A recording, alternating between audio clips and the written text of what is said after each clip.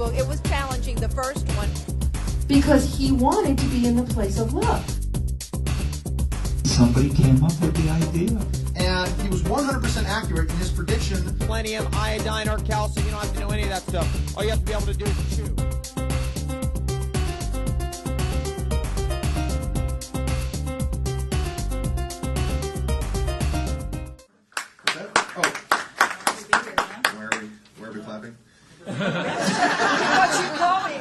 What? She's coming. Oh, she's coming? What, Yes. you just psychically felt she was coming? Yes, I do. Here she is. And ladies and gentlemen, pause behind the end. Victoria Light, ladies and gentlemen. Victoria Light!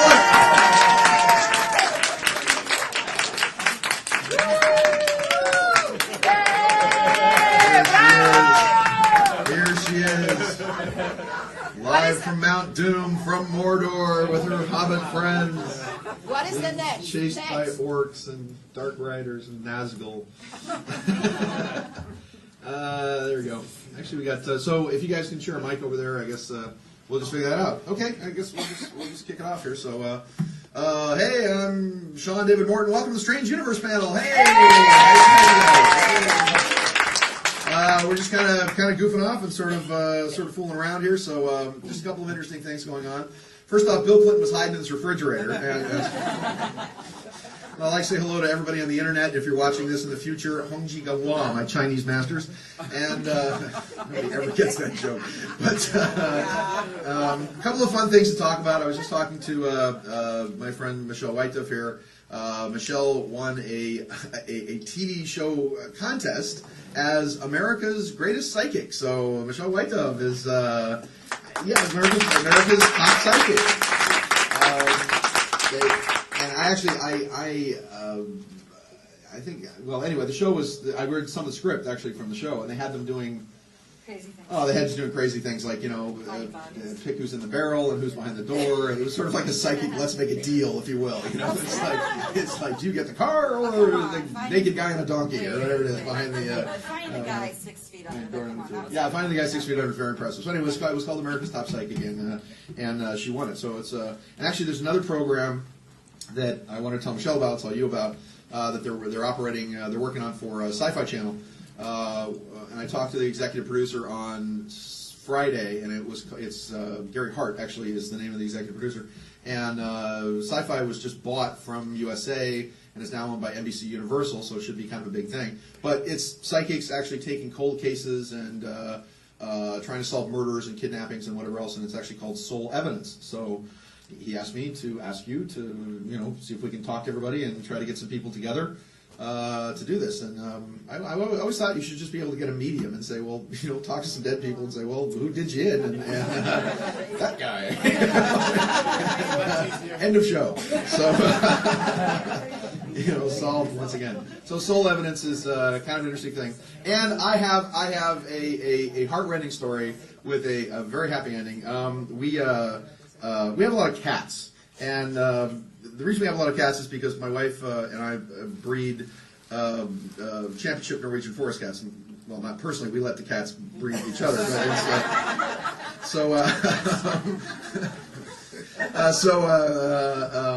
so the interesting part about this is that we've had some litters of kittens, and we had one particular cat, a beautiful white with gold eyes, and he had a little V mark on his head, so we called him Vishnu. This gorgeous little kitten who was about, how old was Vishnu? He was how much? 3 weeks. 18 weeks old, so he was pretty good size. On Wednesday of last week, I had a really weird day. And because what happened is Vishnu was at breakfast with us, and then suddenly Vishnu just disappeared. I mean, I've never had cat just like walk into a vortex and just vanish. Nobody went anywhere. Nobody opened a door. At the same time, just some very strange things happened. A kid that I was working with and his family many, many years ago in a UFO abduction case of a kid who was getting abducted and had like psychic powers and abilities and was opening doorways to other dimensions, and we were taking photographs of like weird stuff.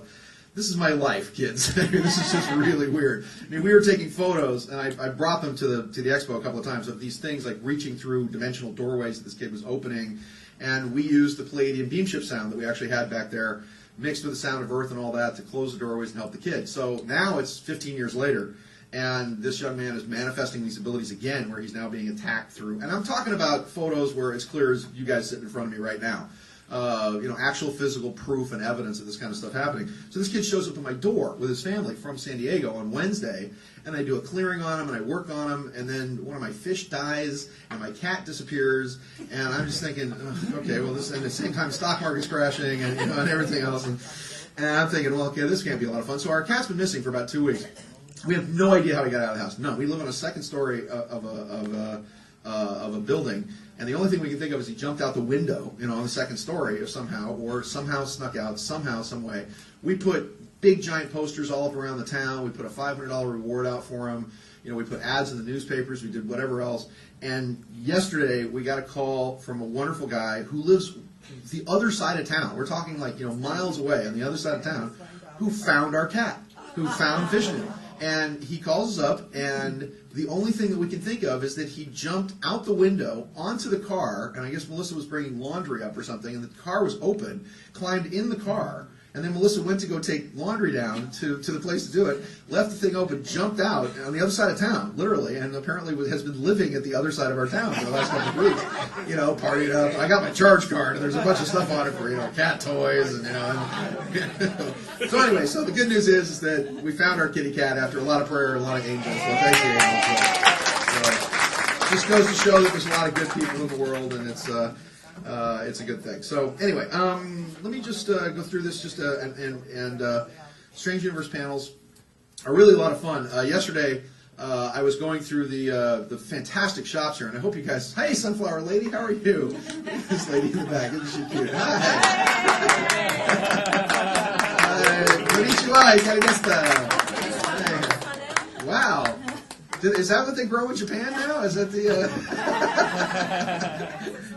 Oh, you're from Kansas. You look lovely. How are you? Are you bringing your flower?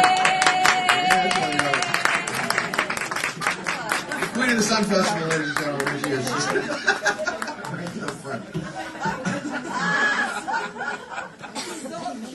That's what they call the Strange Universe panel. It's just like,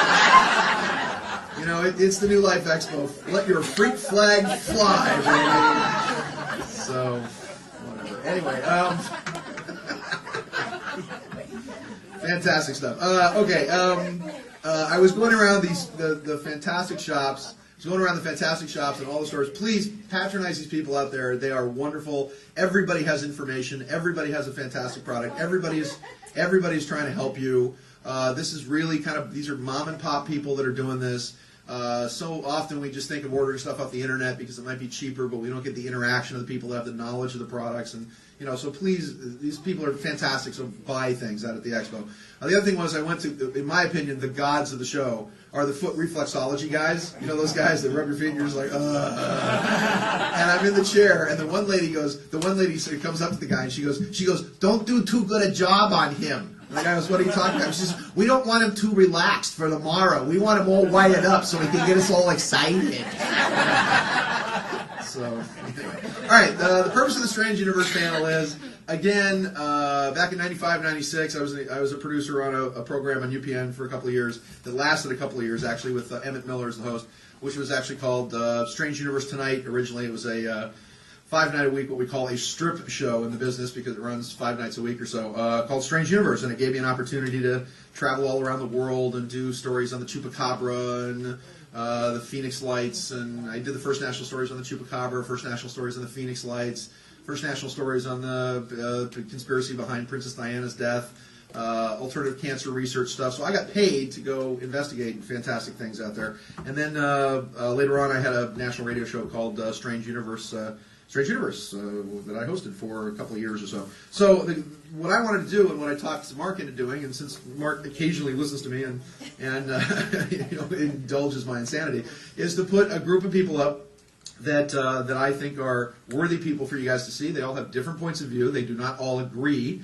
which is not what I want. And I want people to have differing opinions because I want you as the audience. By the way, thank you for coming out early in the morning. You guys are the diehard people. Come out early. Hi, doctor. You guys are the diehard people come out early, although not as diehard as people came at 10 o'clock yesterday because 11 o'clock today. And so I'd like to be able to give a chance for these people to just to give you a chat, a little bit about what's going on with them and what they view as the future and what's important and what Spirit seems to think you need to communicate with. And then I try to open it up to questions. That's usually the hardest part of the show because I know how shy and retiring, what little wallflowers all you people in New York are, and it's very, very difficult to get you to open up your gate and express an opinion. I notice. You notice that while you're here, it's kind of interesting. So let me just start with on the far end here. Actually, I'll start on this direction. This is a gentleman who is and let me see if I can get him right because he'll be very angry with me if I don't get it absolutely correct. He is just nod no if I'm wrong, he's a contactee. He is a trans channel for extraterrestrial information. He is okay, am I okay so far? I'm treading on dangerous ground here now. He's a trans channel for this kind of information. He is a healer using energies that come from beyond this world. Yes, am I okay right there? He's a fantastic, very sparkly booth, along with giving his talks and lectures and doing heard some very good things about his fantastic healing techniques. And so, ladies and gentlemen, I'd like to introduce Mr. Ron Armatron.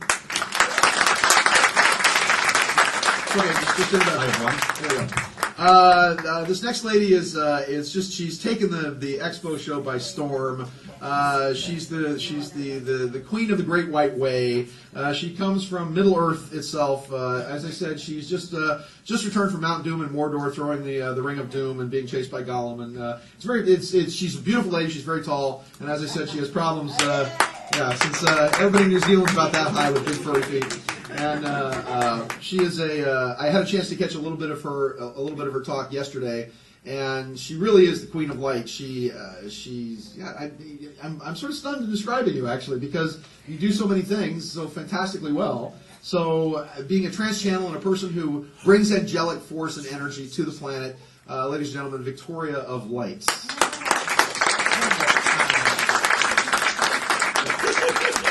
Now, I usually say this gentleman for last, but he's sitting right in the middle, so I have to introduce him.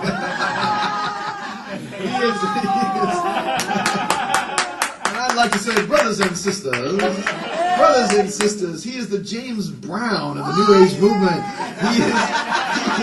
He is the master of disaster, the prophet of Zoom, the doctor of doom and destruction. He is the dean of the University of Spiritual Diversity. He is, if you get me talking like Barack Obama, I'll just keep going, okay? So it's like, he's the dean of the University of Spiritual Diversity. He is a world-renowned trance channeler, psychic, healer. He has been associated with government leaders. He runs some very good, very, very high-level circles. Condoleezza Rice. He has a church. He's a bishop, actually, over I think 144 different churches, actually. So he's actually bishop. And at the same time, he has provided us with very, very interesting and very accurate information about the future, about what's going on with government officials, about what's going on with the plan for the New World Order, and he is the earthquaking, air conditioned and shaken, cake baking, ladies and gentlemen, Reverend Bishop James Capers.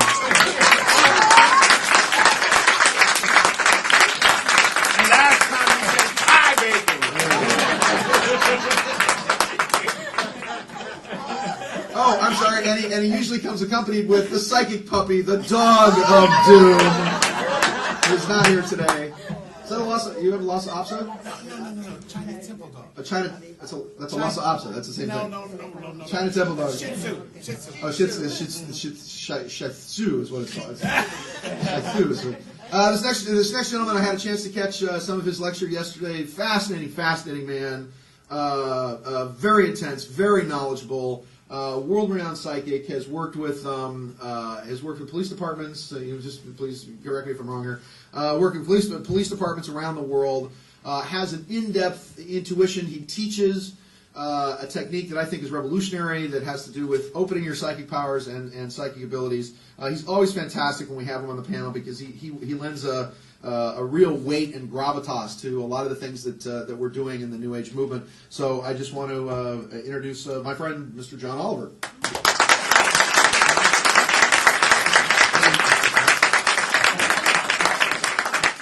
And last but certainly not least, I just want to say I don't know if it's hot in here, if it's just the dress she's wearing.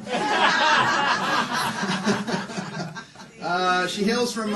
She's actually located in Florida now. Where are you at in Florida? East Coast, West Coast. East Coast. She's on the East Coast, on the West Coast, East Coast, West Coast of Florida. That's only about. Basically hotels and suitcases. You know. Okay, well, okay, yeah, she's hotels and suitcases. She's a traveling girl. She's she was born in the wagon of a traveling show. Her mother used to dance for the Monday Night Trail. Grandpa's doing everything's good. Preach a little gospel. She is. Well, all I can say is that she last year was challenged on a game show called America's Top Psychic, and she. I'm sorry, reality show. A reality show is a game show without sex. Okay, so it's a competitive reality program, a competitive reality contest, which is called America's Top Psychic, and she, ladies and gentlemen, she holds the banner, she holds the crown, she wears the tiara lightly as America's #1 psychic, Michelle Whitney.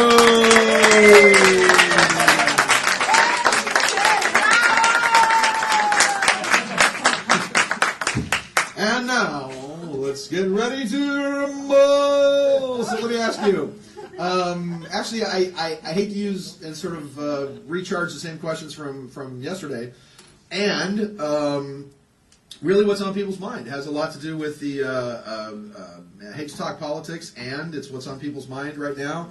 We're at the vortex of a fantastic change, I think, in history. We're looking at from a, I mean, there's, all I can tell you is that from my perspective, there have been so many people that have contacted me about everything about, you know, Monday and Tuesday, about things that are going to be going on with the another 7-year shift. The Kabbalistic rabbis are talking about the beginning of a 7-year cycle in the war of Gog and Magog, the United States and China and Russia and Germany. There's people talking about the end of bondage of the children of Israel, as they say, coming up this week. We've got the stock market, you know, on its way to nowhere. You know, there's a lot of people think there's going to be a big change. I don't think it's going to make any difference whatsoever with the election. It's just going to be the same puppet show with different puppets, as they say. So, I mean, we've got now 3 years and change, 3 years and 2 months or something before we actually hit the 2012 time code and date. So I'll let you guys freeform if you want. Actually, Ron, if you want to start up on the other end first. I know you're not kind of a prophecy guy. I know you don't believe in future predictions and all, but maybe you can just give us your take on the vibratory frequencies of what you're feeling right now around the planet. Is that fair enough? Yeah. Okay. Ron Arbitron, ladies and gentlemen. So, what we're experiencing right now is, you know, definitely vibratory shifting. We all know this here. And what's really happening? I talk a lot about the light and also the dark side. People don't normally talk about the dark side that much, but I'll talk about light and go back and forth here. Yeah, that's why we have the news. Yeah. So what happens is that where I'm from is creation energy. This is my first incarnation in 3,000 years. I don't incarnate, and I come from where Jesus came from, which is the creation light ship. If you take the Bible and you take out the word Father and most of what's in there, and replace that with creation light ship, that's where I'm from. I'm here to help people in the ascension process that's happening.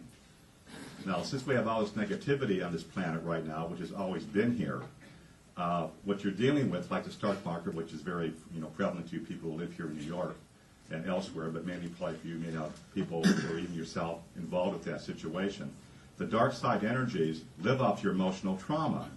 So the more that they can do to you to cause you to have physical pain, emotional pain, psychic pain, any of that is going to give them food energy.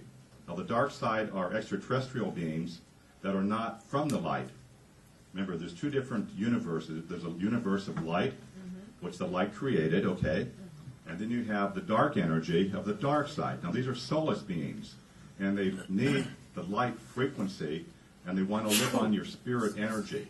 And the way they live on that is through your traumas.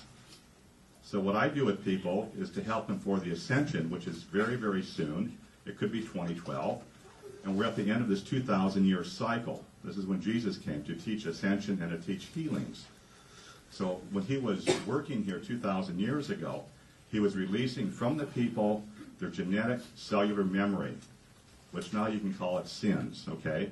So he was killed because he's releasing the sins from the people back then so they could do the ascension. So he didn't reach enough people.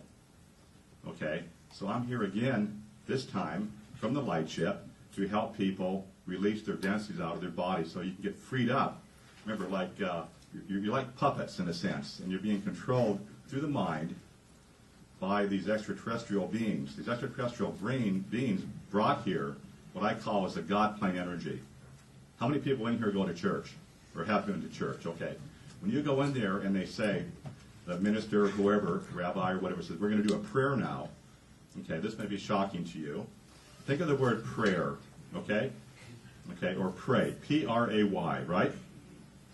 Now, what's the other word for pray? P-R-E-Y. So when you pray to an energy outside of yourself, okay, and court into it, you are at prey to who you are praying to. Okay? This is if you remember, if you understand this, you're going to understand what I'm talking about. Now, the light energy, this is why Sean mentioned about predictions. The light energy only works in the present moment. It created all beings of the light to work with free choice in the moment. There's no predictions for the past, and there's no predictions for the future. Okay? Now, how do people read the future? What they're reading is the dark side script that's down here on this planet to find out what's going to happen to you next. Okay? You all read the newspaper, look in the horoscope. I call it horoscope, okay? Your prenatal chart. You're controlled by the planets. There's over 2,000 planets that are controlling each and every one of you. You also go into parallel lifetimes. So the planets connect to your physical body, and your physical body now gets illnesses. The other aspect is your parallel lives, which is your spirit being taken to cloned off-planet energies, just like the Earth here, with physical people that are ETs that they cloned and made looking just like you and your friends, and you have these experiences. So what I'm here to do is to help people if you choose to do the ascension with your body, much like Jesus did 2,000 years ago. And the light ship is here to help everyone. I can do emotional clearings, figure your whole lifetime out in 1 hour of time. Okay, and he has a booth here. So, ladies and gentlemen, So, booth 219. Ron Arbitron, there you go. And Victoria White Hamilton, thank you so much. You look lovely today, by the way. You look very nice. You look very handsome. Oh, you're doing you're doing the illumination today. You actually have a lecture at 3 o'clock in the Tribeca room talking the illumination. So take it. What's going on right now? What do these people most need to hear right this moment? So what you most need to hear is all about light and love. And like Ron here, as I was coming in my cab to you today, I said to my friend, I said to Lincoln, and the energy and the words were God force, and then I saw Jesus Christ. And these are the energies that we are reuniting with, the God energy. Wow. And the Jesus Christ In the cab? energy. Not In the cab. cab, sure. Okay. Absolutely. Okay. Absolutely.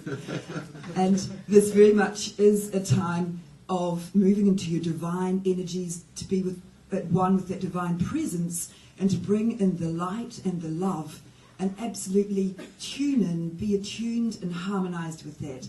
Absolutely, there is this polarization taking place, as we all know, where there is so much fear and so much darkness, but it is the time for us to be the enlightened ones, and this is who and what you are, to be the enlightened ones and to tune in with that God energy of what you are and who you are, the God force energy, and also the Christ energy, the Christ consciousness energy, and that is all about love and light and miracles. And Christ was here to teach us, and many, many of you were undoubtedly there at the time of Christ. You know this in your beings. You know that love, you know that light, you know that miracles can take place, and absolutely that everything is possible. And so from the perspective of where I've come from, my teachings, and I'm brought here as a conduit to bring to you that love, that light, and that recreation. I'm told very much here the word creation is what Ron's also speaking of, and the word recreation is the time of regenesis. And I was taken to church just recently with my sister, and I thought, why am I here? I did a scan of the congregation. The minister could tell me lifetimes he'd had. I thought, what am I doing here? I asked how many people were in the light, and there were not a lot of light workers in that church. And I had a Bible in my hand. I thought, maybe I'm brought here to look at this Bible. And so I thought, where shall I go to? It opened at the first page, Genesis, and began the story of creation about the light. And I knew that that's why I was taken to that church. And so at this time, it is to reconnect with that from where we first began. Where it began, we've come through all of these many incarnations to get to this place, to be the enlightened ones, and to know that you are all sacred, you are all ones with God, with the divine energy, and to reconnect and to be of this. And this is what it is all about. And I must say that I was thinking on the way, why am I on this strange universe panel? And then I thought of my little girl, Francesca, and the other day she said, Mummy, you were a fashion designer, weren't you? And I said, oh yes, sweetheart, I was. And she said, I so wish you were still a fashion designer. And I said, and I said, well, why, sweetheart? Why would you want me to be a fashion designer? She said, so then when my friend said, what do you do? What does your mother do? She could say, fashion designer, not a freak. So that was my answer. Why I've been invited. This coming from children who live in New Zealand. So thank you and God bless. Victoria of Light, Hamilton, ladies and gentlemen.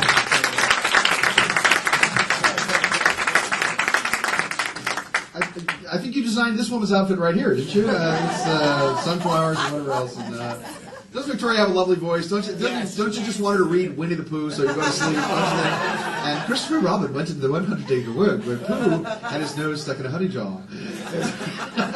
And ladies and gentlemen, wearing a tie today.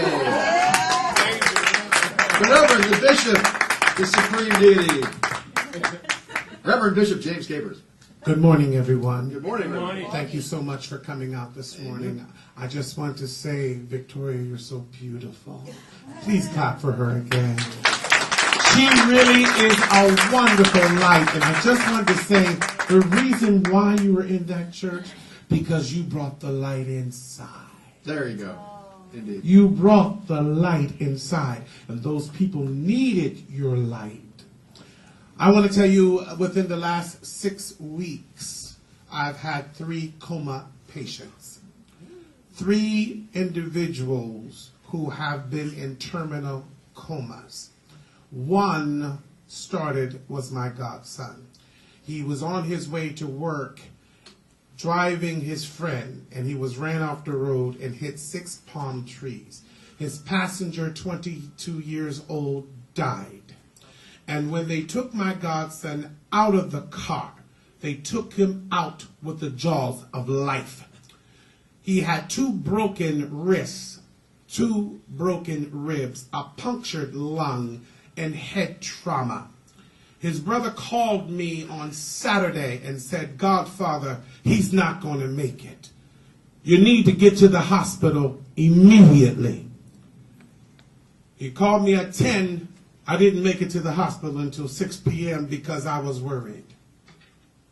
And I said, people are calling me a healer, but I don't think I'm a healer. And it was one of the very first times my power was put in question. And when my power was put in question, I stepped back and said, I can't do this. And when I stepped back and said, I can't do this, I said, I need help. And when I stepped in that room and saw all the tubes and how his battered body had been all beaten up, I went by his bedside and I opened that book you call the Bible. And when I opened it up, I went to the great prophet Isaiah and the Old Testament. And it read and it said, my word goeth from my mouth, and it shall not return unto me void, but it shall accomplish that in which I sent it. So in that very moment, that was when I let God move. And I stepped aside. And the Spirit spoke to me and said, speak to your son and tell him to wake up in 3 days. And I spoke to him. And I said, son, I want you to wake up in 3 days. and heal and be all right. And I got up, and the RN who was watching over the monitor started crying, and she left the site. I left that place, and I went home. 10 o'clock p.m. that night, my missionary called me and said, my son has woken up. Amen. Now, all of you know Dr. James Graves. He's spoken on the panel here.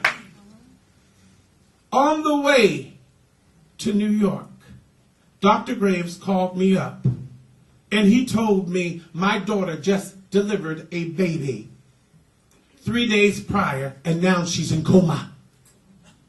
And nobody knows.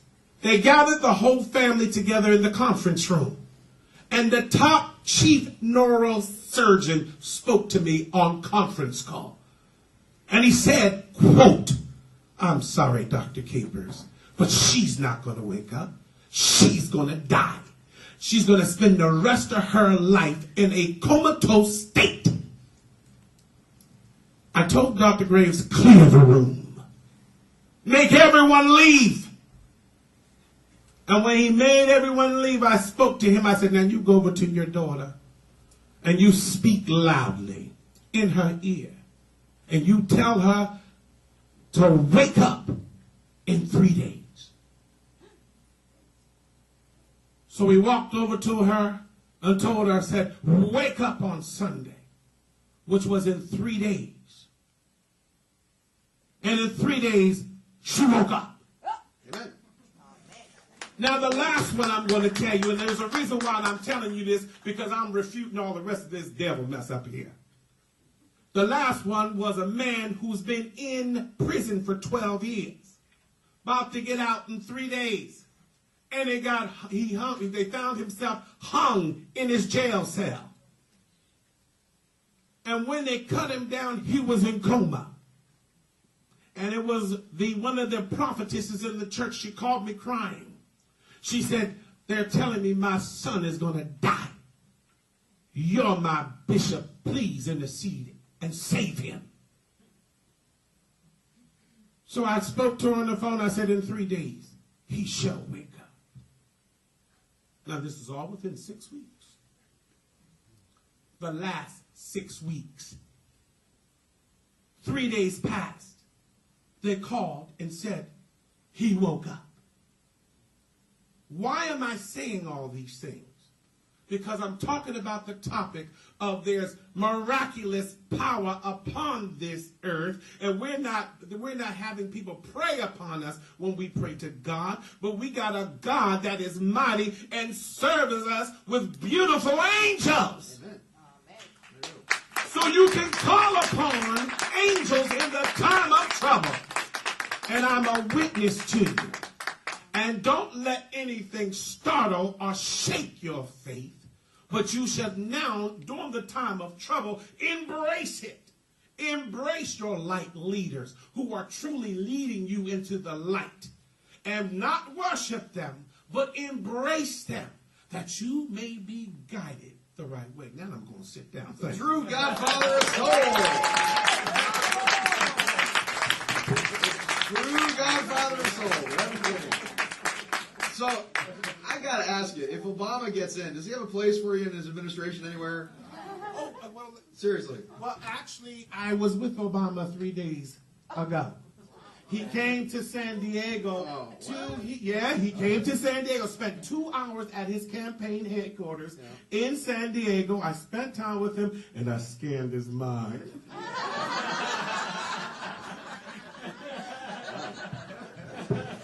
I'm just thinking, his administration, he'd make, Jesse Jackson, head of health, education, and welfare, William Ayers, head of the FBI, Louis Farrakhan is the ambassador to Israel, I'm just, okay, hey, look, you can't leave me hanging like that. What was in his mind? Well, you got to come to my lecture. Okay, all right.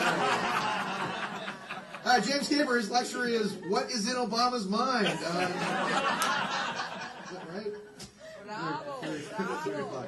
Actually, his lecture is body snatchings by Russian and Chinese spies. That's your lecture today? Yes. Okay, so very interesting take on politics, very interesting take on the elections and whatever else. Now, this gentleman is actually doing a psychic emergency training. Is that his workshop is, emergency psychic thinking, psychological magic, and feng shui for cash money. Well, these people like cash money. So, and his talk's today at 3 o'clock, I think. So on Sunday. And thank you, Reverend James, again. Actually, you wake up on Sunday. I notice it's kind of a natural thing for you. Saturday you're a little down. So on Sunday you're just gonna. No, yesterday he's better on Sunday. Is all I can say. Once again, this next gentleman, fantastic gentleman, John Oliver. Take it away. What do people need to know right now?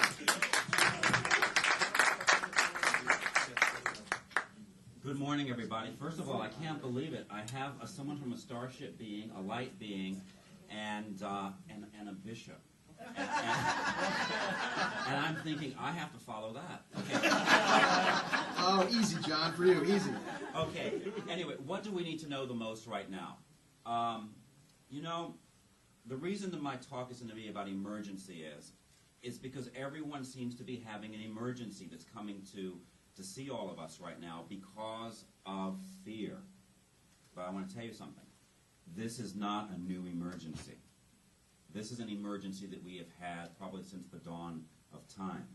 The difference is right now is that we have a lot more people joining into the fear and into the emergency. So what I think that we need to know right now is that we have the chance to be the exception to that. Okay? I don't have a lot of data or a lot of concepts about light universes, dark universes, who to pray to, who not to pray to, or a lot of the metaphysical jargon that we are privileged to. I want to say it is a privilege to be on the Strange Universe panel because I always was strange, and I am so happy to have found other people. So you fit right in, John. Welcome to the freak show. And I would like to say that while I think that Obama will win the election, I'm not done yet. But yesterday, Sean, I just signed a petition because there's a booth downstairs for a new presidential candidate. And Sunflower Priestess, do I understand you're asking for support to run for president? Ladies and gentlemen, the next president of the United States. Stand up, the Sunflower Priestess. Now, I have. Come on, she's got to be better than Sarah Palin. Come on. Sarah Palin inspired her. Did she really? She said, if Sarah Palin can run for, and she was on Saturday Night Live last night. Did any of you see that? You saw that? Okay. Actually, the funniest thing was Amy Poehler did a rap as Sarah Palin that was just hilarious about shooting moose and whatever. Very funny. She had Eskimos in the background as her posse. So anyway, what I think is so amazing about that, I was thinking about it, and I actually called a friend of mine who's actually a politician, and I had to tell him that the Sunflower Priestess was running for president, and she made the Daily News today. Is that right? The Daily News? The Daily News? The Daily Post. The Daily Post, yes. And I thought, how interesting. And he gave this light on it. He says that the problem is this in our government, in our world, and that is that people, ordinary people, like Sarah Palin, don't know the process about how to make a difference, or how to run for office, or how to do anything. I found out also that Sunflower Priestess, this is not her first term in politics, but I understand right before 9/11, you were running for the mayor of New York City to get on the ballot independently, and you almost had enough signatures, like 9,500 or something, you needed 10,000. But you withdrew because the airplanes hit the towers, and you decided somebody else might be more qualified to do it. Oh, I know, but can you believe that? That's not true. But the point is that every single person can watch that moment of emergency where you notice that you have fear. That's what the emergency is. And there are two forces in the world that all of us know about, and that's fear and that's love. So the moment that you come into fear, that's your emergency to please come back over and come to balance and come to the light. I want to ask you a question, though, back to this thing about the president. How many people know for sure? Raise your hand if you know for sure, if you wanted to run for the school board, how you would go about doing that. Raise your hand. Wave at me, please. Okay, now look around the room a moment. You see, we have people in this room that know how to get on starships. We have people in this room that know how to reach distant galaxies, who come from New Zealand to teach us about the light. Does anyone on the panel know how to run for the school board? No, I don't either. This is what the conversation was with my politician friend last night. And we have a bishop here, right? Who scanned Obama's money. Is that all you scanned? And I think he's a bishop. I don't have to worry, right? Oh, you won't get it. Oh, don't get it.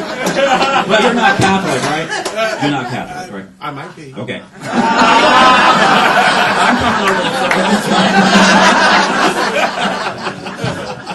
But here's the point.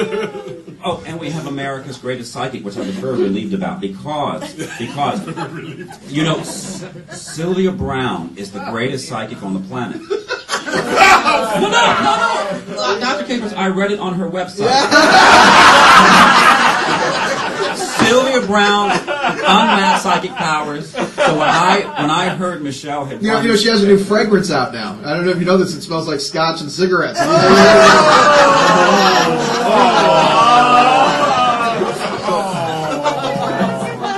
The point is, we are privileged to very advanced knowledge,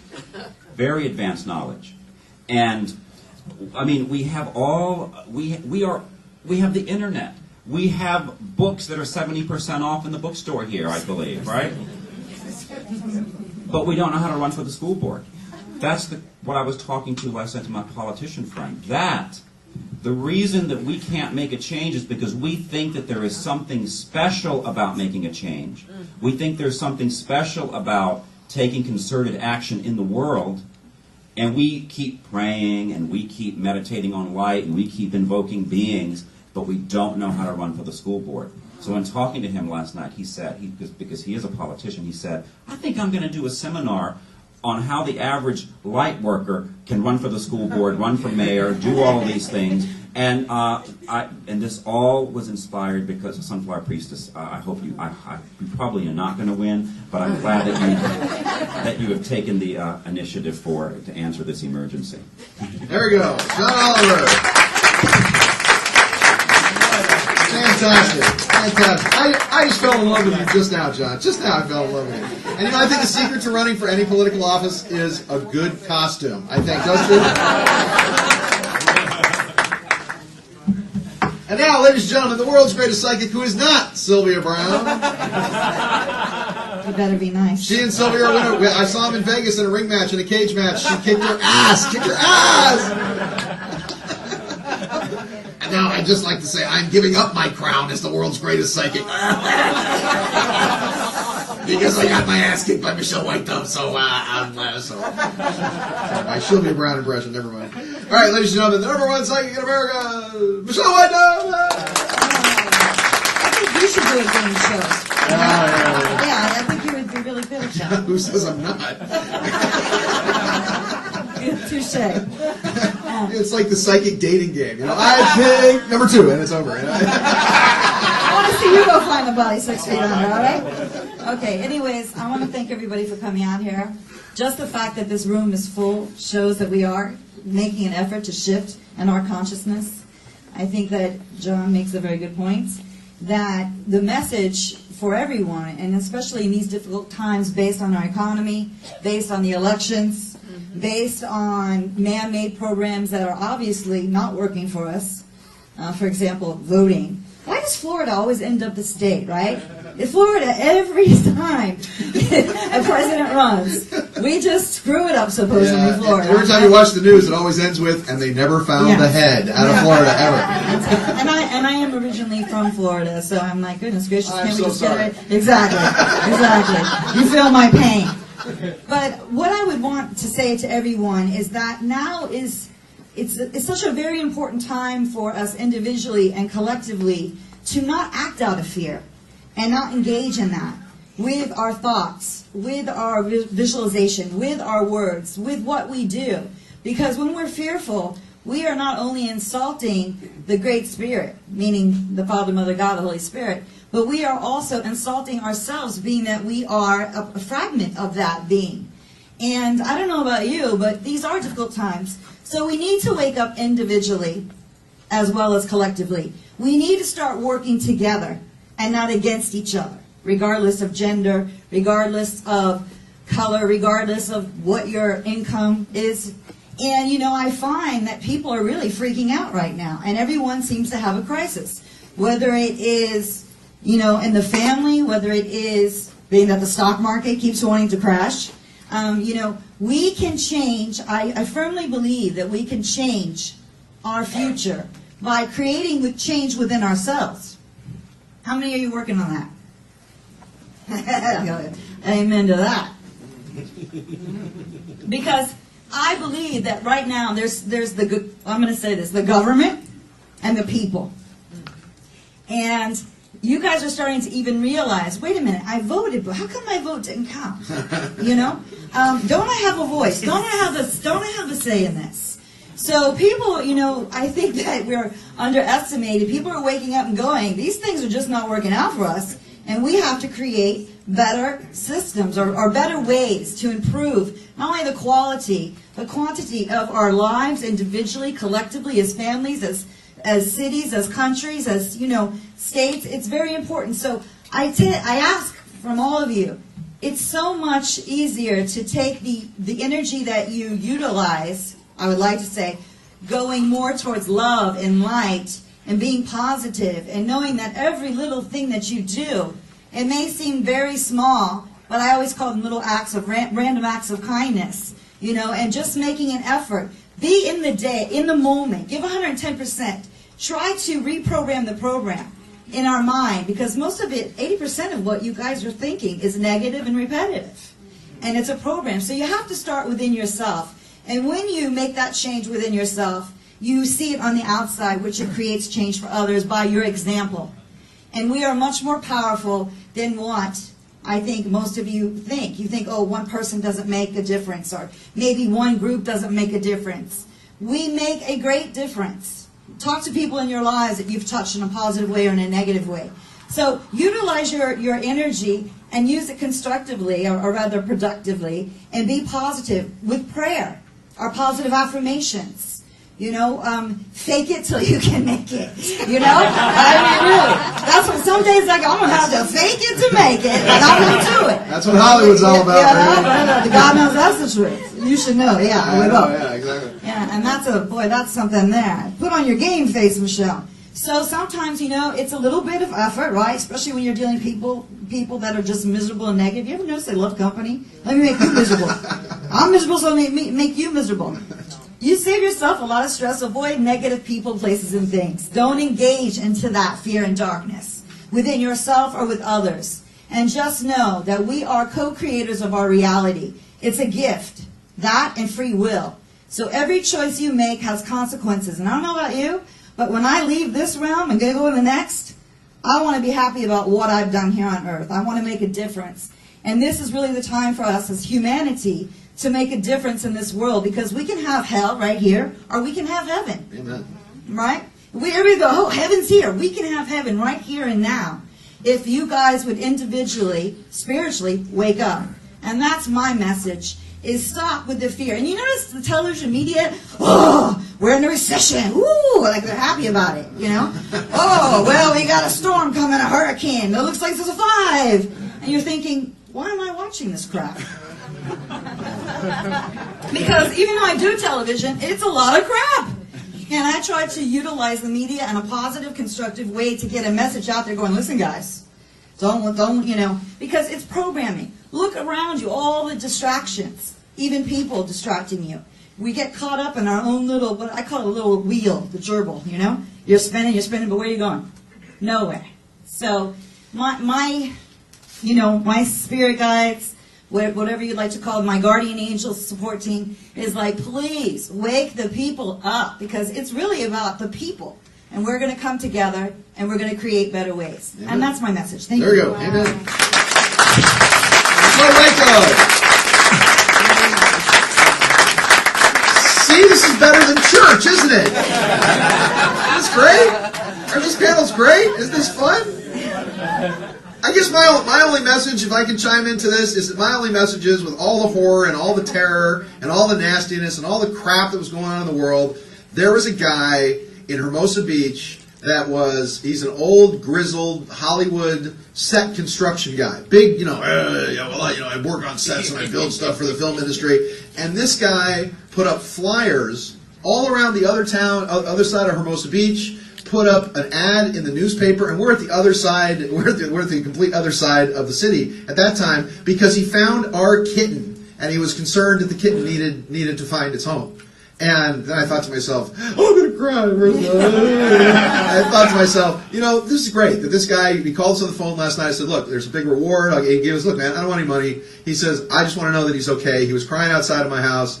I took him in, I fed him. He's totally friendly. He's become my pal. And actually, what we're maybe thinking about doing is, because he found him, is we may say, you guys kind of fell in love and had a relationship. We're just going to offer him the kitten, Vishnu, and say, here you go. But, there's that kind of goodness in the world where people will stoop to help the helpless, as they say, with everything else that's going on in the planet. That's just, one of the lessons of this week, because I was praying to the angels that take care of little animals, and here he was. We got the phone call last night from the city that says, this guy thinks he's found your kitten. And so, there you go. So there's a nice little story for you. So, let me take a couple of questions. Any of you guys out there have questions that aren't for the Sunflower Princess? Yes, sir. Way in the back.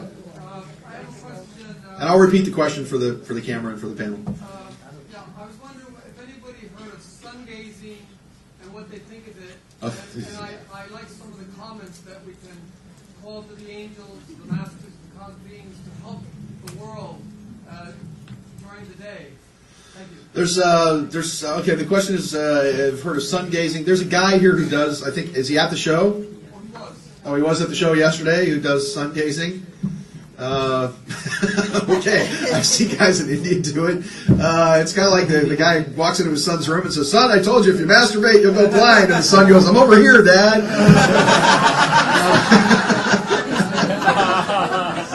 That's the sun gazing thing. I've seen guys do it in India. Not a good idea, but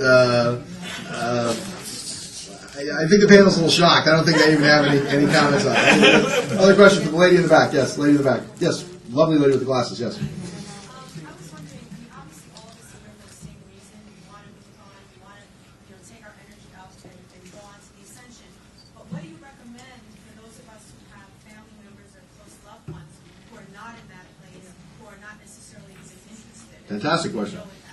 The question, hold on, let me just repeat it before you answer it. So her question is, we're all involved in the ascension, we're all involved in moving forward. What do you do? The Bible calls it being unequally yoked, if you will. But what do you do when you have family members and people in your family that I knew Ron would like this question. What do you do? Have family members that aren't on the same level? How do you? I guess that's the best way to put it. I guess is, how do you spread the love? I guess to bring everybody up to the level of where everybody's moving forward. Okay, the creation light ship, the source energy, doesn't care what your belief is. Okay, you're down here to have free choice. Once you leave the light ship, then you're out exploring the universe. You're just kind of stuck here. This is why I call this place a prison planet. The way it's supposed to work, you all know how negative it is here. Okay? You know for sure. So you know that everybody here has had forced reincarnations. Okay? The way it's supposed to be is you're created from the light, you go onto one planet, and then after that light form that your spirit is inside of, then it leaves, and then you have another journey to another incarnation of your free choice. Okay, so you all know that you have past lives here. So what you are, in your body anyway, you're running all the past lives in your genetics, your cellular memory at one time. So the question was, how do I help my family members or people around me who don't believe in anything whatsoever? The creation light ship with the light beams, and this is not God energy. This is not God plane energy. I'll describe that so you can get a full understanding of this here. The extraterrestrials brought to you God energies so that you could be diluted from going inside of yourself to your spirit. The light ship gave you your divine connection. It's not outside of yourself. Okay? You always have it. That's the gift that you have from the light. Okay? You don't have to go outside looking. All you need is one book with one page which says Go Within. Okay?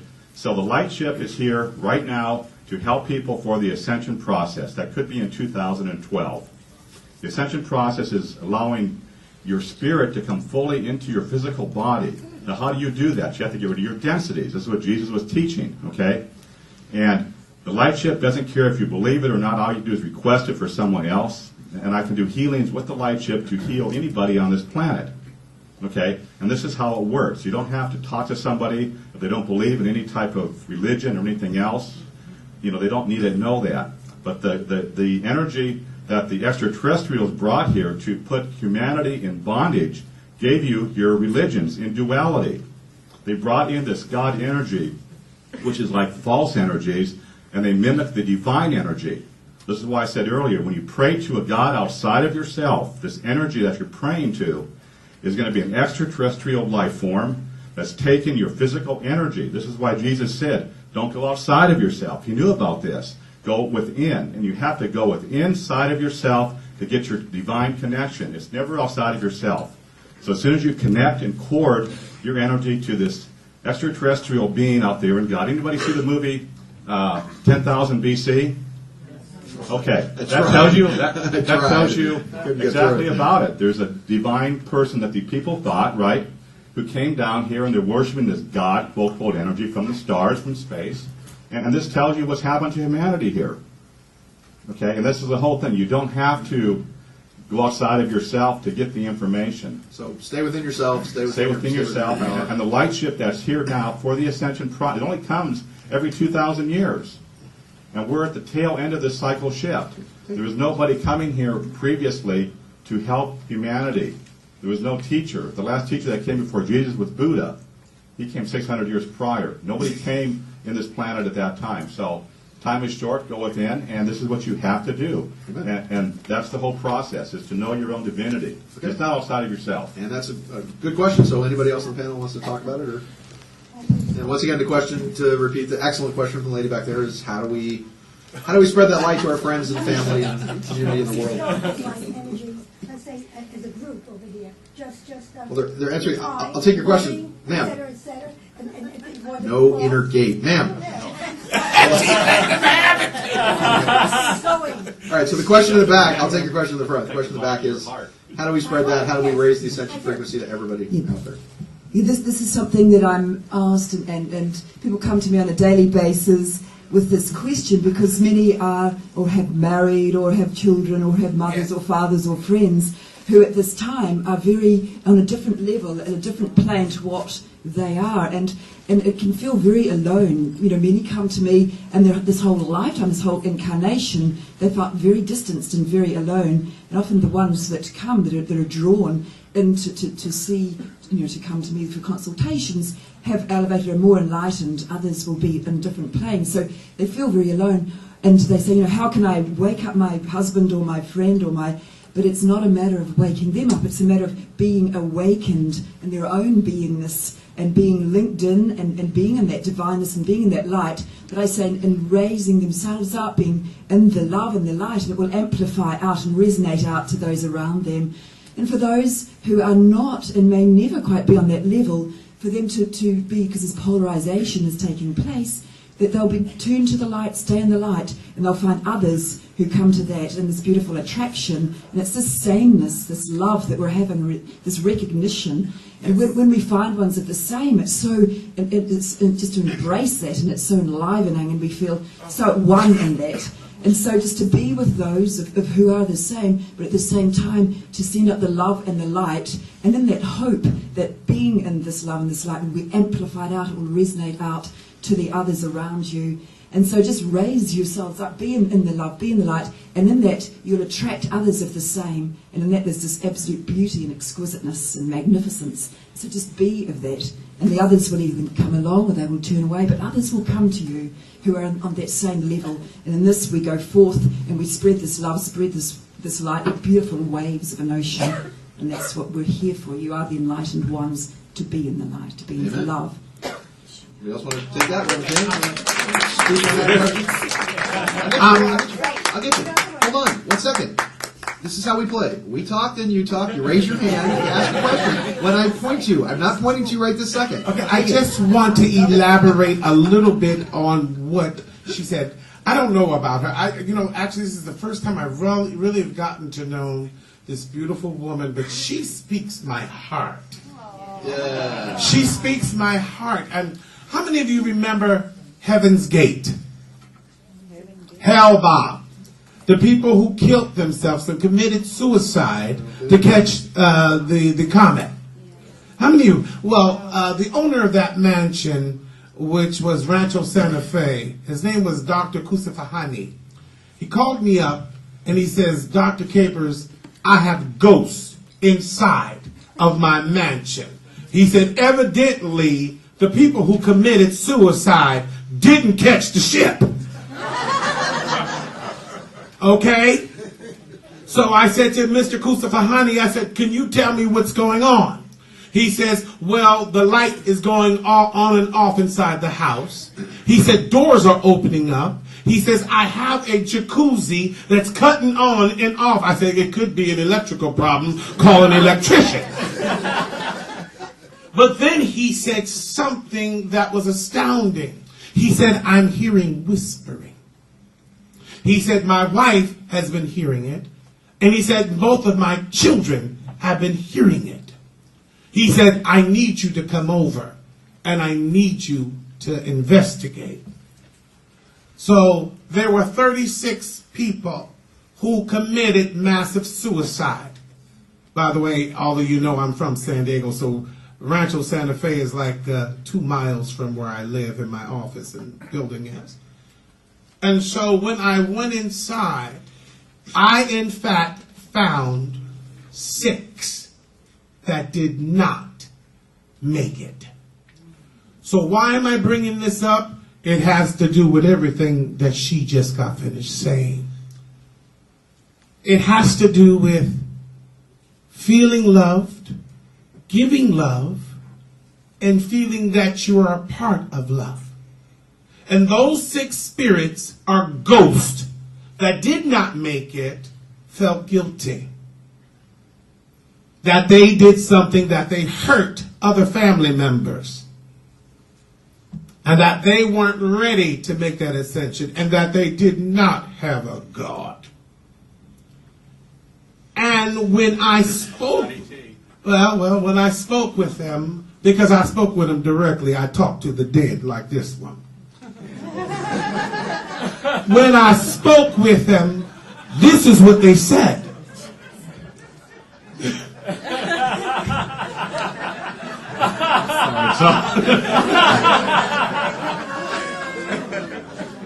But we're laughing, but when the communications came through, they were expressing the emotions of, I'm lost. I couldn't connect, and I feel bad.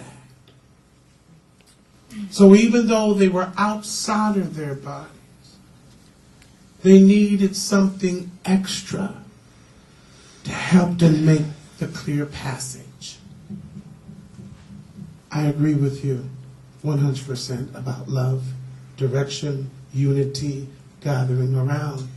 Because if they had felt a part of that, they could have made that wonderful light transition. And sometimes one act of kindness can go a far way. I agree with White Dove when she said we all need to come together regardless of color and religion and what you believe. One act of kindness can go so far. Be kind to one another. You don't even know that maybe the very person you're sitting next to may be the very, very, very one that could help you with your transitional state. Thank you. There you go. Reverend James.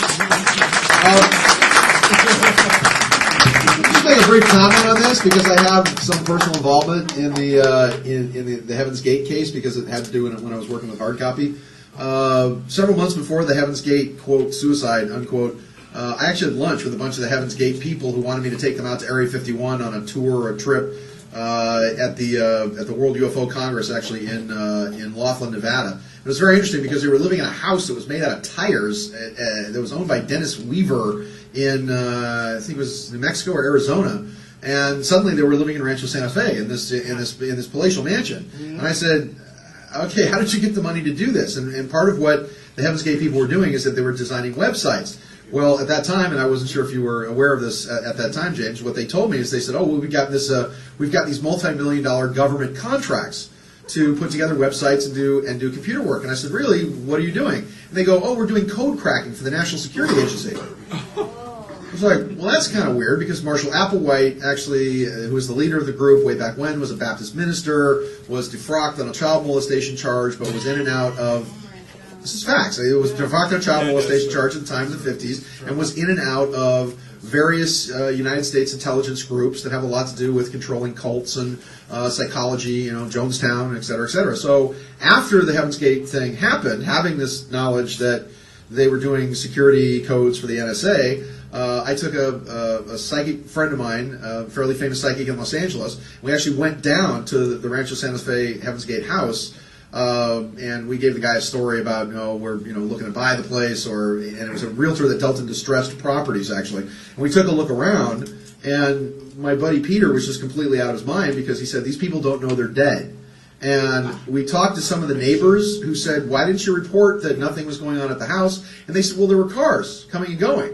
We said, what do the cars look like? He said, they were big black vans with government plates, and we couldn't understand why all this stuff. For 3 or 4 days afterwards, the house was being cleared out, computers were being taken away, all this other stuff. I might also point out that not only did they not commit suicide, but the facts of the case, because I was there and I was actually involved in investigating it, had to do with they actually ate yogurt and ice cream. They were just addicted to ice cream and sweets that were actually drugged with a sedative. And they did not hang themselves. The question is, by the way, does anybody know how the Heaven's Gate people committed suicide? You don't, do you? Because the actual story was they were drugged with a sedative in the food that they ate and then strangled after they were put to sleep. So my friend Peter was freaking out saying, look, these people don't know they're dead because there was some kind of strike team that came in and actually murdered all these people for whatever was going on. And if you'll also remember, too, at that same time, the Heaven's Gate thing was going on was when it was 97, it was March of 97, not only was the Hale-Bopp comet going down, but there was also the Phoenix Lights of this gigantic 22-mile-across UFO that parked itself over Phoenix, which was a huge military operation. So I still haven't really figured all of it out, but it was a very, very dark, very, very weird thing that was going on at that particular time. And to throw my 2 cents into answering your question, you got to just be how you are. You have to be the example to people. You have to show how many people in this room who believe some kind of crazy, nutty things have had people come to you and say, gee, you were kind of right after all. What's really going on? You just have to just be who you are and shine that light. I said this today, and I'll say it again, and I'll just keep saying, it's not about them. It's about you. It's about what you can do to make a difference. Don't attack them. Don't confront them. Simply say, well, what is it that I'm doing that's making you react this way, and how can we make this better? How can we do something? Because it's all about you raising the bar. It's not about King Leonidas of Sparta said, our enemies are nameless and faceless. If we do the work put in front of us to perfection, victory cannot help but be ours. So there we go. All right, now this lady here, yes, you have a question, ma'am. Me? Yeah, yes, you.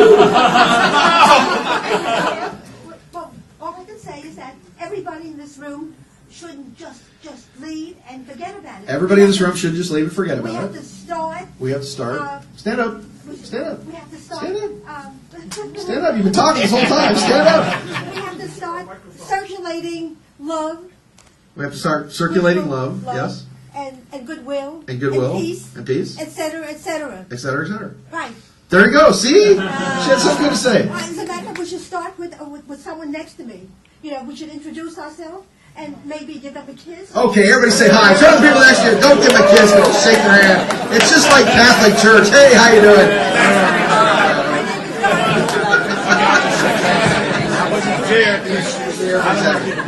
Yes, sir. What's up? What's on your mind? Yes. Take it. Do you believe in 2012 that our DNA is going to be changed? Because according to some scientists, Greg Braden says that there's a photon energy coming, and what photon energy does to our DNA, that it changes. So the photon belt that we're entering into, belt. as opposed to the futon belt where we're mugged by little Japanese with pillows. Yeah, right. And also, I do apologize because I went home and I looked you up on Coast to Coast, so I'm sorry that I don't take offense to it. So, okay, so that's a great question. Let me give somebody else a chance here. Ron, okay, go ahead. The DNA shift that everybody's talking about in 2012. It's funny, I want to answer this question because I don't know anything about that. Like they say in Hollywood, just fake it till you make it. But here's the reason I want to answer that question. Because I've heard that. I've heard we're getting hit by a comet. I've heard we're blowing up. I've heard asteroids are coming. I've heard California's falling off the map. I've heard crystal skulls are getting together and calling in all the alien nations everywhere. I've heard all of this stuff. But what I want to say about 2012 that I think is the most important thing is that the most important thing I think that we can do is just to be ready for anything. And that's not just for 2012, because this is what happens. We start to put 2000 and Y2K out here, and we start to put 2012 out here. And if you look historically, you're going to find many examples like that in history where the next end of the world, or the next shift, or the next activation, or the next something, or wait 2,000 years for Jesus to come, or Buddha 600 years ago, when all of that is available to us right now. The thing that I think that we can do that's most important is if you think that there's going to be earth changes around 2012, I mean, they're happening already, around 2012 that are so devastating that you need to start storing food, and start doing that. Start getting yourself in shape. Join the gym. Okay? Anything that you can do to make yourself better at surviving, anything that you can do to make yourself better at adapting and cooperating with other people. Hopefully nothing's going to happen in 2012 except we're going to wake up the next day and say, what happened? And you'll be in shape. You've joined the gym. You've seen the light. You've aligned your chakras. You've done it all, so you're ready to go on anyway. And you got a bunch of extra food. So.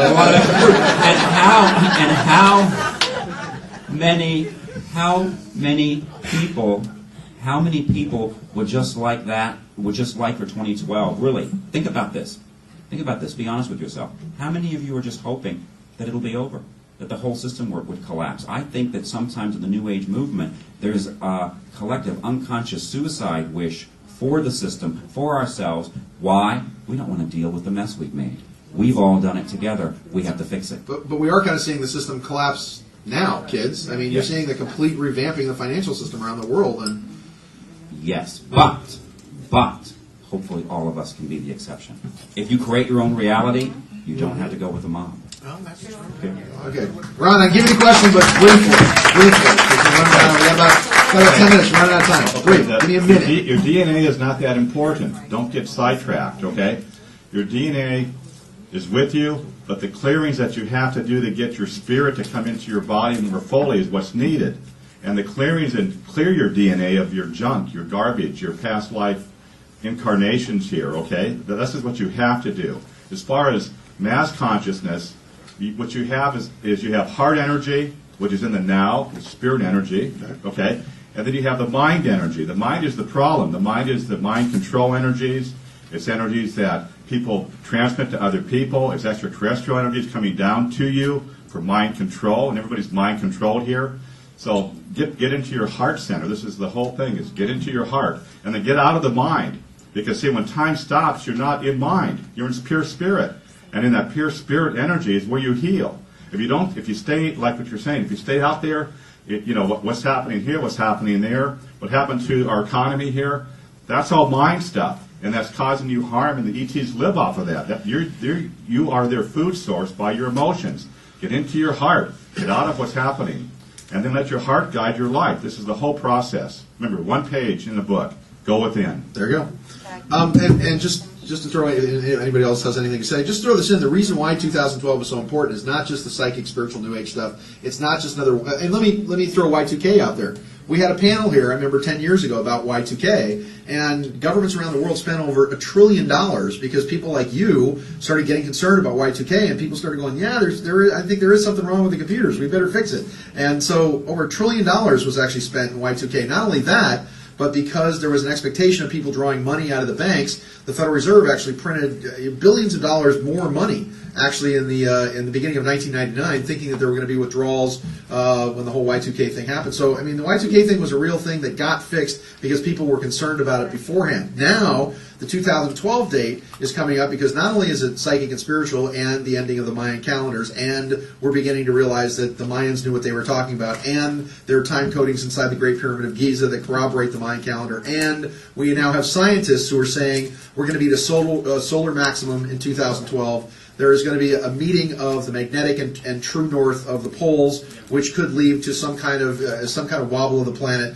We're being directly affected by gravities that are coming from the center of the galaxy. You've got Jupiter and Saturn on different sides of the sun that actually reach a solar maximum at that time. So this is not just us with our hair on fire standing on the rooftops screaming and yelling. This is science. This is archaeology. This is the New Age movement. This is physics. All of these things are saying that a shift is coming. And at the same time, December 21st, 22nd, 23rd of 2012, the planet itself, this is fact, this is astronomy, is actually going through the plate of the galaxy. So instead of being on the top of the pizza, if you will, we're actually going underneath. So we're going to be at the bottom side of the Milky Way in direct alignment with galactic center, which is going to create a gravitational flux as well. So all of these things are coming together. You can use the Bible. Revelations 12, I think it is, talks about the activation of the 144,000. As being these 144,000 are going to be activated in what they call the army in white.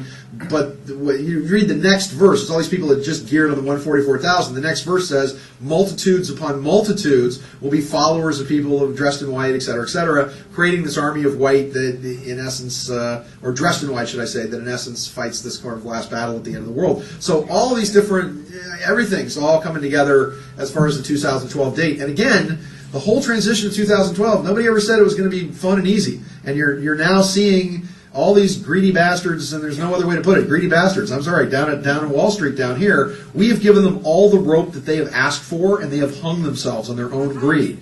And so what's happened, you don't have to clap for that because it's kind of sad. And what's really happening is that now the financial system is beginning to collapse because now something new is going to come.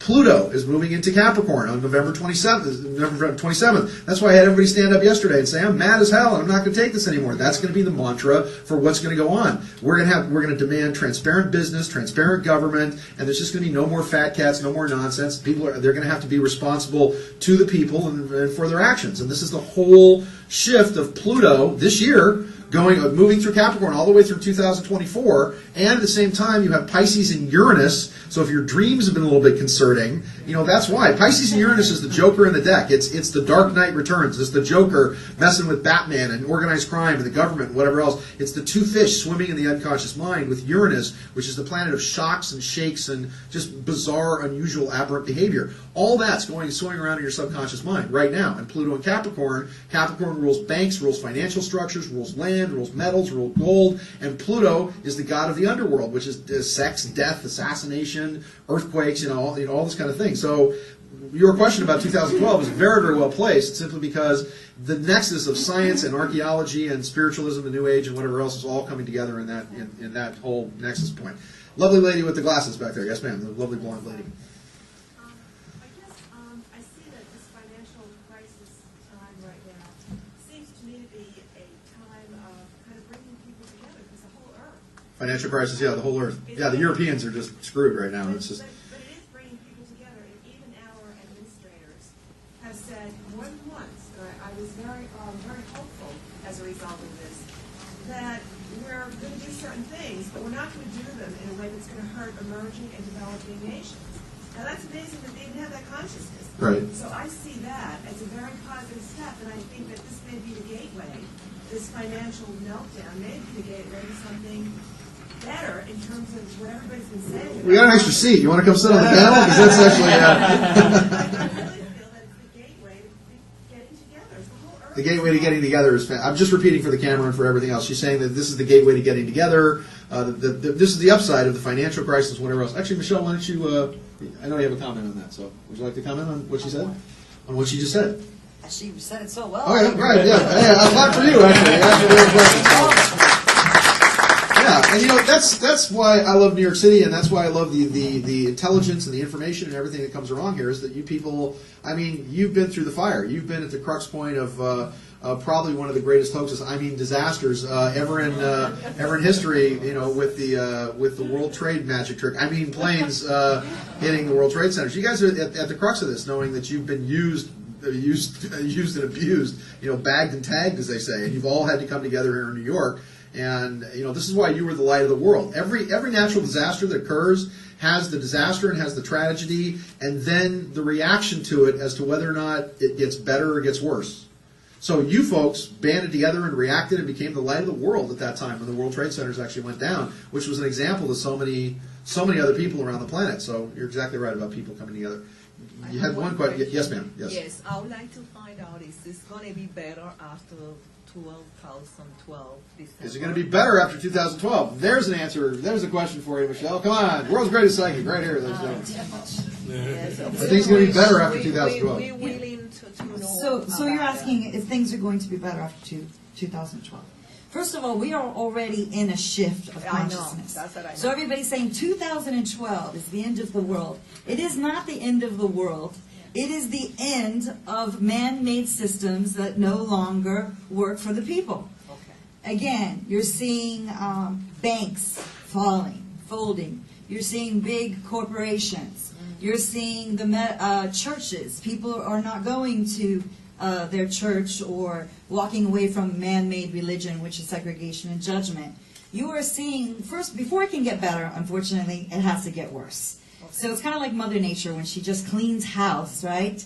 And things have to be cleared so we can start again.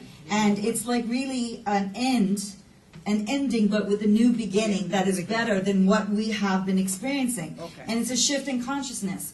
And it affects everything. As Sean said, this is not just the new age or spiritually speaking. Everything that we see around us, if you're paying attention to what's going on in the world, and if you're not, you really have no excuse for it, because with the access of the computer and television, books, we have so many, all the bad news available all the time. But take responsibility for your own actions. It starts with ourselves. So, everyone's like, oh, it's the end of the world. It is an opportunity for us finally, evolution and spirituality, for Mother Earth as she merges, right, to a higher vibration and frequency, and also the people, meaning humanity, have the choice to merge with her to really raise our consciousness. So it's a wake-up call. How many wake-up calls do we have to have, meaning a crisis, before we wake up and get it that, this world, we're creating a hell versus a heaven. Humanity just keeps hitting the snooze button. Yeah, it's like, oh, no, somebody else do it. Oh, somebody else do it. Exactly. So that's what I mean by taking responsibility. This 2012, and there's even a second window, 2014, people are like, oh, scared. We have enough fear, don't we? We have enough negativity. So let's come from the other, love and light, and, start with ourselves and make these changes. The changes are already happening. Yes. The poles are shifting, look at all the natural, disasters, fires, floods. Look at the people, people are uprising and they're not agreeing with things that are going on, and rightfully so. So it really is basically a big wake-up call. And I'm looking forward to it myself, actually. Victoria, why don't you take this as well? Are things better after 2012? Does the whole world become a paradise like New Zealand? or golden age, like the Indian people, the gurus say going to be the golden age, like the gurus say. That's what I want to find out. What does that mean in the golden age? Going to mean? Yeah, this is the information that is given, that I've been sensing, being told that we are shifting into a golden age. Those are the words: the golden age, the paradise. And it's like this transitional time, and as Michelle said, it's a cleansing, and so we must change from this. It's like going from the physical and the density to the divine and the light. And so it's a movement, it's a massive movement but it's most necessary, and it's been prophesied, and we've been told and we retold how many have known this through time. So we are here at this very sacred time. So it's something we should feel so blessed to be here. And so in this knowingness, most don't know this, most are asleep.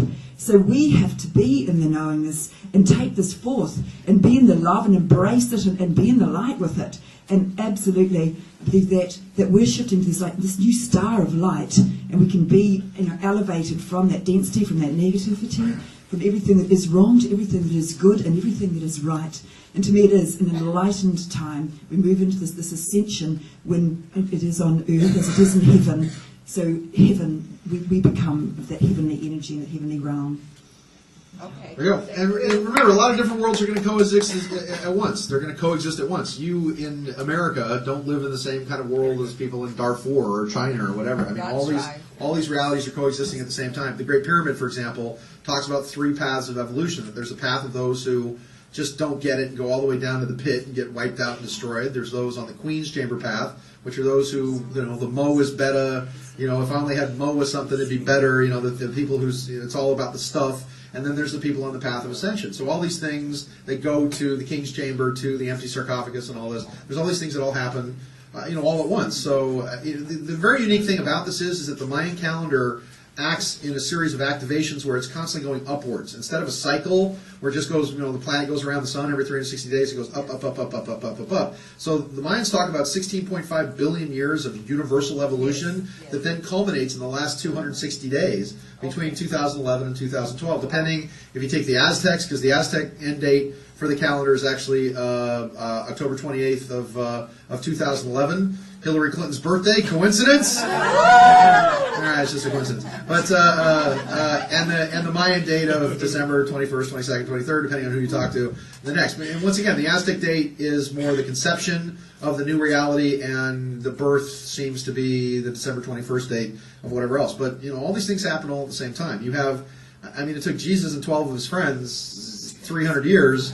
To change the paradigm and change the shift. Things are obviously happening a little faster now because of the news networks and whatever else. I was just in Israel this last spring, and I asked some other people from Israel, why are the people so cranky there? And he goes, well, because they watch the news all the time. And I said, what do they have? I said, what do they have? OVNN, the Oy Vey News Network? Is that what it is? It's just, Oy Vey's on the hour, and when they break, Oy Vey, because it's just all bad news. So, all right, we got time for. We got to stop right now. Okay, we're stopping. Or we got 5 minutes. I think we got 5 minutes. If you guys got like 30 seconds or a minute, let me give. Hold on 1 second. Let me start with Ron Armatron. Give us a parting thought in a minute or less. Take it. Just a parting thought, minute or less. Okay. I'll just say what I'm doing here. I do light chamber healings, where it puts light into your body that has not ever been in your physical body before, because the ETs did not put light into your DNA strands. So that's here, booth 219. I have a workshop and a lecture today. The lecture is in about an hour from now. We have the ARE Center next week. Do you know what room you're in, Ron? I don't. Ron Armatron. I'm sorry. Ron Armatron is in the Central Park room at 2 o'clock. Okay. ARE Center. I have 4 sessions starting next Saturday on. And I'll be in New York here for probably about 2 more weeks doing private sessions.